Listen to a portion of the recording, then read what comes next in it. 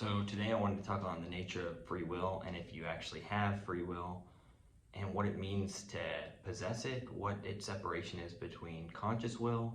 and how much of your reaction and interaction with the environment around you is determined on a level of conscious existence or more so on a level of automaticity driven by the instinct to survive and reproduce more so as opposed to that of creating value in the world. And my take on this is that free will most certainly has to be a form of an illusion built upon another form of an illusion, simply by the fact that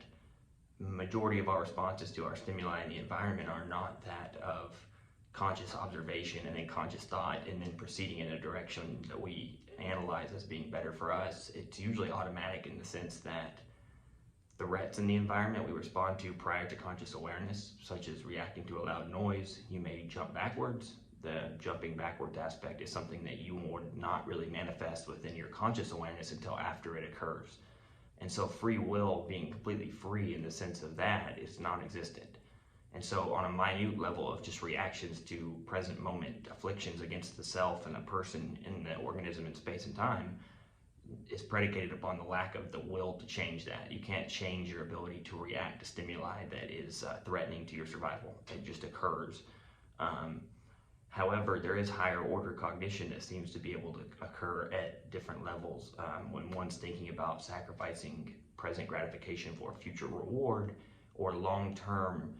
thoughts about time as far as I'm going to progress as an organism.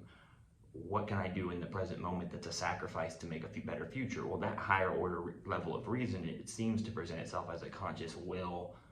up into the point of the moment you actually potentialize it and actualize it in reality, because then everything changes. Once it becomes actualized by you going and acting on these plans for the future, things never actually pan out as you would presume, and then you're still driven by the whimsicality of the environment that surrounds you and the stimuli that's present.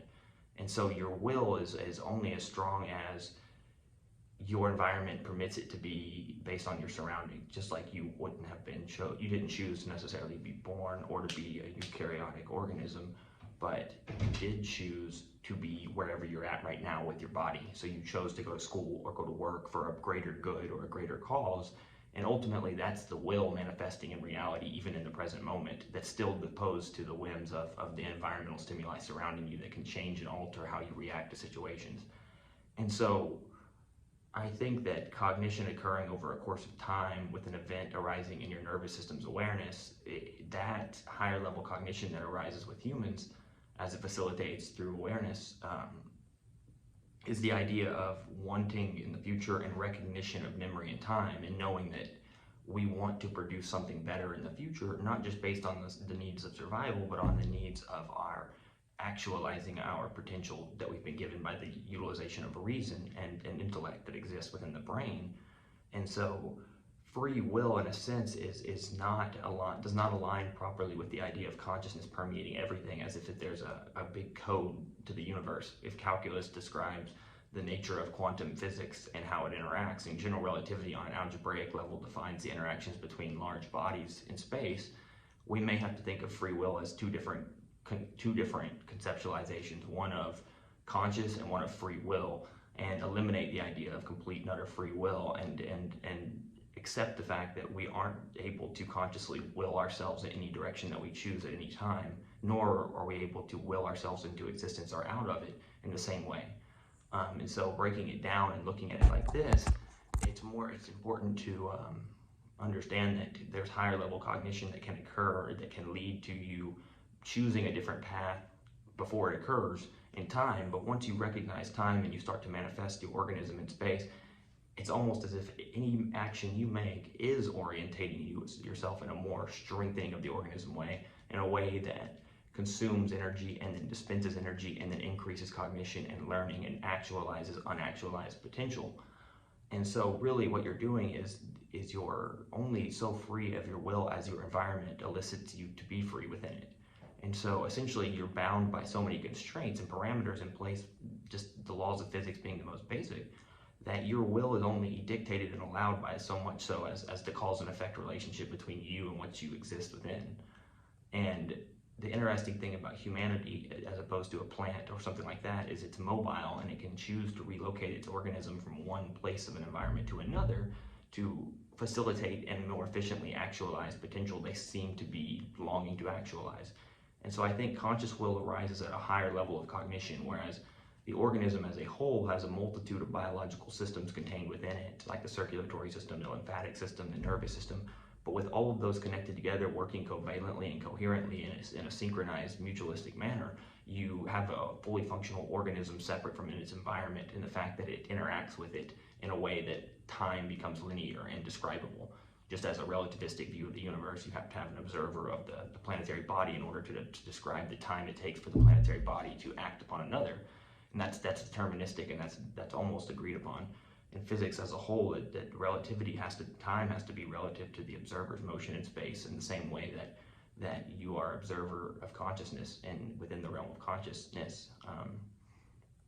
And so your motivations and your drive and your will are an illusion based upon the idea that the self is non-existent, that you are an organism that embodies one of a whole entire unified consciousness. But your will is ultimately driven by the whims of the way in which you were proceeded to evolve as an organism in time. And a reason is what brings consciousness to its fulfillment through the organization of all of our biological systems. We have a large brain that has two hemispheres, and we know that both of those hemispheres contain their own central island of consciousness within them. So the right and the left brain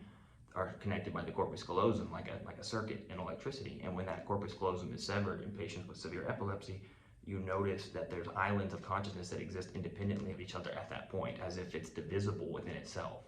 And so it's not dependent upon the organizational structure of the brain being connected to both hemispheres that elicits the nature of consciousness. It's the fact that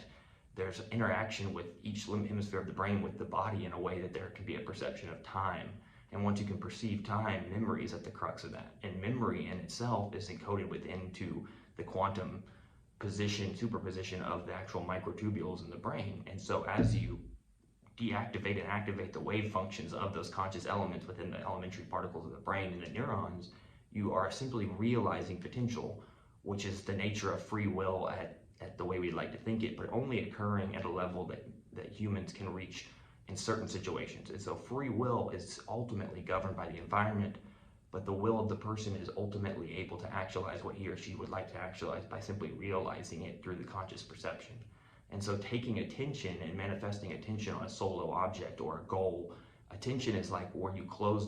you take the diameter of a circle and you really close it in, and you focus upon an object within your whole awareness, and you make that into a reality by the function of the conscious will, by realizing something into being at a higher level of cognition that's considered conscious existence. Whereas it's not that way whenever you're simply making decisions and going through the course of your day. Not everything you do is going to be a conscious decision. And so there does need to be a differentiation and a delineation as far as what is free will and what is conscious will, and how much of that interaction between those creates conscious awareness of a situation that elicits a subjective experience within the individual in regard to qualia and things like color and light and touch and sensation, and how do all those bind together to create a perception of reality that we feel as if we can will it to be the way that it is, whenever we're simply induced to operate in a way that's already pre-platformed by the nature of space and time. But is it the realization of time and how we can manipulate that structure of time that determines the level of consciousness and determines ultimately how much our will can affect that and realize that. And so my point being is that it's a freeing discovery in its own right to understand that free will is a complete and utter illusion of the self, and the self is an illusion of existing separate from other. So we can understand that we are an ultimate cog in the machine, but by becoming a more advanced and more knowledgeable of our own cog and our own machinery, we can start to alter the way in which the machine produces the product that we are seeking. And so I think that free will being an illusion can free you from the binds that tie you to all of these preconceived ideas of how to be, but it's also critical to assume that conscious will is a byproduct of the recognition of memory and time and the interaction of an organism with its environment to become more complex and anti-entropic, and in a way that's almost anti-second law of thermodynamics. And so whenever you're anti-entropic and you're competing against the environment to self-organize into a way that's more complex over time, such as prokaryotic cells to eukaryotic cells, from RNA to DNA, that kind of production amidst chaos is something driven by an instruction manual. There's a manual there in place that's instructing how a tree grows upwards and self-organizes into a fractal patterns, the same way by which DNA instructs our cells how to differentiate, especially through the use of stem cells into an organism that can operate coherently and independently of each system. But then you have islands of consciousness arising within a system, and then as it gets to the brain being that higher order cognition, you have the arising of the appearance of conscious will that can alter the environment around you to succeed in future, which is ultimately the consequence of memory and time being intertwined into space itself. And so you have a slight ability to alter the way in which it pans out potentially, because you're realizing one of the million different possibilities that could arise in every situation. But at the same token, you're still bound inherently by a certain environmental place that you had no control over creating for yourself. And so it's important and freeing to realize the difference between conscious and free will.